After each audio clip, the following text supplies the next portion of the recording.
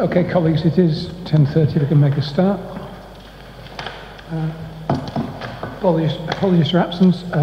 Maureen Cummins is absent, so welcome to Martin. Merrin is away today as well, so she had a small operation yesterday, so she's recuperating and she'll be back in action, I think, tomorrow.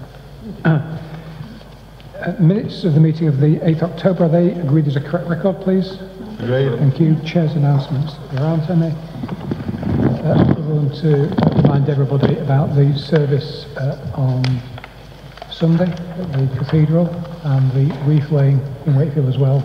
I know that a lot of colleagues will be at their own service in their own community, but for those who can get there on Sunday afternoon to the Cathedral, that would be very welcome, bearing in mind the significance of this year. Urgent items, there aren't any to add to the agenda. Declaration of interest. Can I start by reminding all colleagues to declare an interest, both verbally and in writing? And I've got to declare an interest in agenda item 6, as I'm a trustee of the Hepworth Gallery. I'm told that's a non-pecuniary interest, so I can stay in the meeting. But I suggest that, for the avoidance of any conflict, that you chair that, Denise. So with that, over to you. Okay, fine, thank you. Well, the item on the Hepworth agenda is that we want to offer relief. Really, it's to update Cabinet on the latest situation with the Hepworth Garden. It will actually enhance the Hepworth. The Hepworth brought a lot of development, a lot of interest, a lot of prosperity into our district, and having the garden attached to it will really increase the footfall and bring more people into the area. So what we're recommending is the 7.1. It's grant a concession release for the term of 30 years at a peppercorn rent to the Hepworth Wakefield Garden Trust. If we could agree that, or any questions? Jackie? Just a comment, and I'm just reiterating what you've said. The Hepworth is an absolutely marvellous place, and anything that really can boost their visitor numbers on the side can. So I think it's good for them, but it's also good for us too. Yeah. Thanks, Chair. I looked at some of the garden designs, as you know, a couple of years ago. It's taken a long time to get here, and I think it's a fantastic idea. It will regenerate that area, and it'll get footfall going through certainly that way rather than round the back as well. So I fully endorse this, Chair. Good. Matthew? Yeah, I obviously fully support this, Denise. It's not just for the Hepworth, it's for everybody in the district. It'll make a fantastic, wonderful open space where everybody in that community can enjoy, along with the Rutlands Mills development. It's just transforming down that area of the town. So I'm fully supportive of it. Thank you.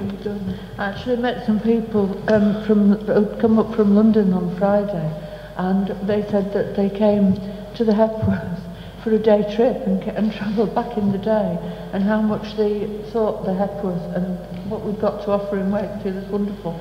There were Hepworth fans, Barbara Hepworth supporters, but they actually came for day trips a few times a year up from London, which I thought was pretty good. So, having said that, can we agree this report? Agreed. Okay, thank you, colleagues, for that. So, agenda item 7, Kettlethorpe High School Extension, capital allocation. Margaret. Yes, Chair, thank you. This has been brought, this was originally approved, the funding for this has already been approved. The problem was that at planning stage there was an objection from English Heritage to part of the planning, which meant that the design had to be redone, and this has resulted in this extra money being required. So the money is available, so there is pressure on school places. It's very important that we have Kettlethorpe expanded in this way, so we come to ask for approval. Any questions or comments? Agreed. No. Agreed. Thank you. Okay, agenda item 8, expansion of social care locality structure. Again, Margaret. Yes, as you'll be aware that one of the problems identified by Ofsted was the high caseloads for our social workers, when the original locality teams were set up, it was envisaged that there would be 1,400 open cases per year.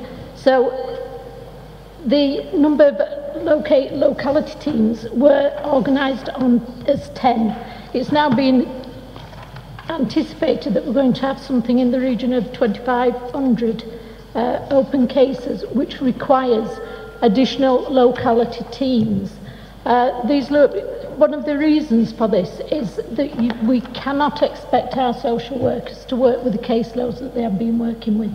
We need to reduce them down, certainly for the newly qualified. We're looking at getting them down to 20 or 15. This needs to be addressed if we're to move forward with our improvement plan for the social care team. So we have identified the money for this year, and I understand that we are going to be budgeting in the medium financial plan in future years for this. So I'm asking for Cabinet's approval to move forward with expanding the teams. Thank you, Margaret. Any questions or comments? Les? Thanks, Margaret. I'm really glad you brought this along, because it's with the number of presentations we've had over the last month or so. It's obvious that we need to move on this. I think it's long term, because the numbers of social workers and actually employment's going to be difficult, but not impossible. So I certainly welcome this. I welcome the numbers, and it also shows that we've been listening to our staff, which I think is an important side of it as well. And so I welcome this. Can we agree? Thank you. Thank you. Agenda item 9 is the financial health report, and as the report says, this will give an assurance to people that the budget is on track. You can see from the position table on page 33 that in terms of adults and children and young people, we do have overspends, which we would anticipate because of the demand pressures on both those services. In terms of the rest of the council, we've got some underspend, so that the net position is a projected underspend of about £200,000. So again, it is good news. It shows that we are on track financially to deliver the budget, even though, say, we do have those additional pressures to deal with. Happy to answer any questions that colleagues have got. If not, can we agree? Agreed. And finally is Les's report, the revised report, risk management, which has been circulated. Yeah.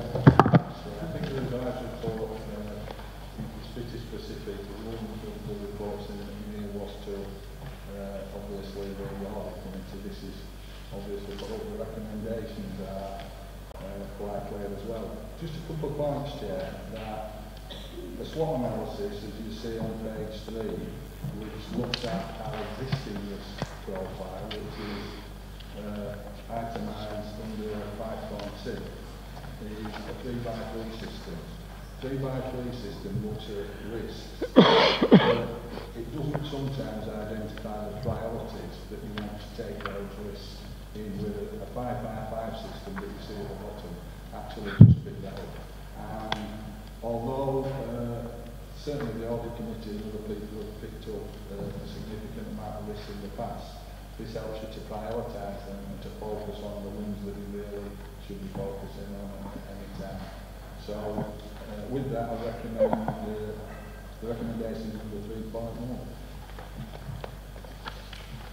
Thank you. Any questions or comments? No? Okay, can we agree? Thank you. That concludes the meeting. There you are, Martin. I told you it wouldn't last long. They're not. Well, thank you, colleagues.